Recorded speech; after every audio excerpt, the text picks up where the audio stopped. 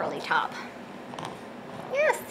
Hello. I never thought that my daughter would be on marijuana at 2 years old. This is the Charlotte's Web. There's still a little bit left in this bottle, but waste not, want not. Twice a day, Nicole Mattison gives her daughter Millie, who is diagnosed with intractable infantile spasms, a dose of cannabis extract at their Colorado Springs home.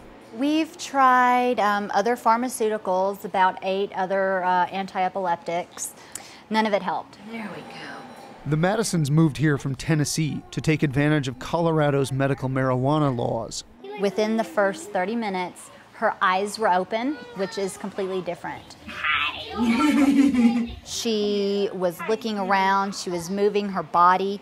It was a huge excitement for us, a big surge of hope. Hundreds of families with sick children have flocked to the state seeking cannabidiol, or CBD, a non-psychoactive compound that some believe can control seizures, although there is little solid evidence that it has such an effect.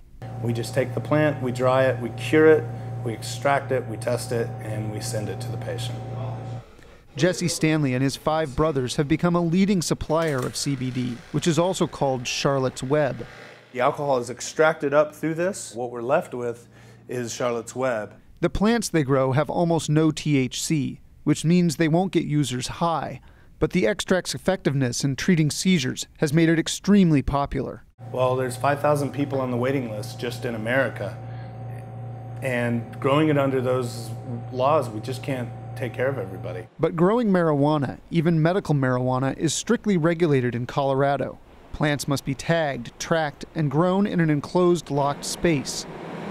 To meet the waiting list demand, the Stanleys have engaged in a semantic swap and have started calling their medical marijuana plants something new. They now call it hemp. And this is the Charlotte's Web by Hemp cross, the first cross that we have with a true industrial hemp. And then every other plant is Charlotte's Web.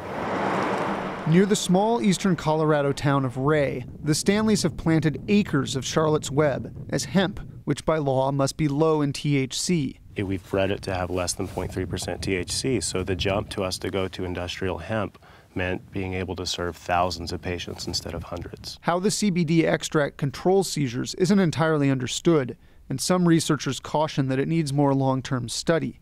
The Stanleys agree, but they are currently labeling the CBD not as medicine, but as a foodstuff. This is a nutraceutical dietary supplement that comes from an organic plant. The Stanleys think that the label means that CBD won't run afoul of federal drug laws and can even be sold across state lines, unlike marijuana. We will be able to ship it, and we'll be able to get it to places that need it. So parents that have a sick child that couldn't afford to move here. The Stanleys say that if there are legal consequences, they're willing to take the risk. We're hoping that the enforcement agencies have bigger fish to fry and that they don't want to take out a bunch of medicine for kids. And if they're going to, then we're all in. That's okay. I look at this job as a privilege. I'm very excited to be here. Millie's father, PENN, now works for the Stanleys in Ray, tending to the plants. I kissed her on the chin the other day when I got home from work, and she woke up and she kind of flinched, and it was the first time that I really realized that she actually knew who I was, and it was overwhelmed. I was overwhelmed with emotion.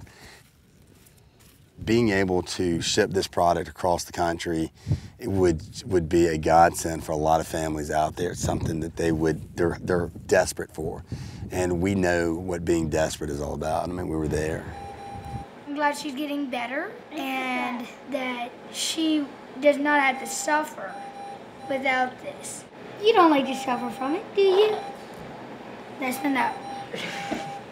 Did you get it right, Mimi? There we go. There you go.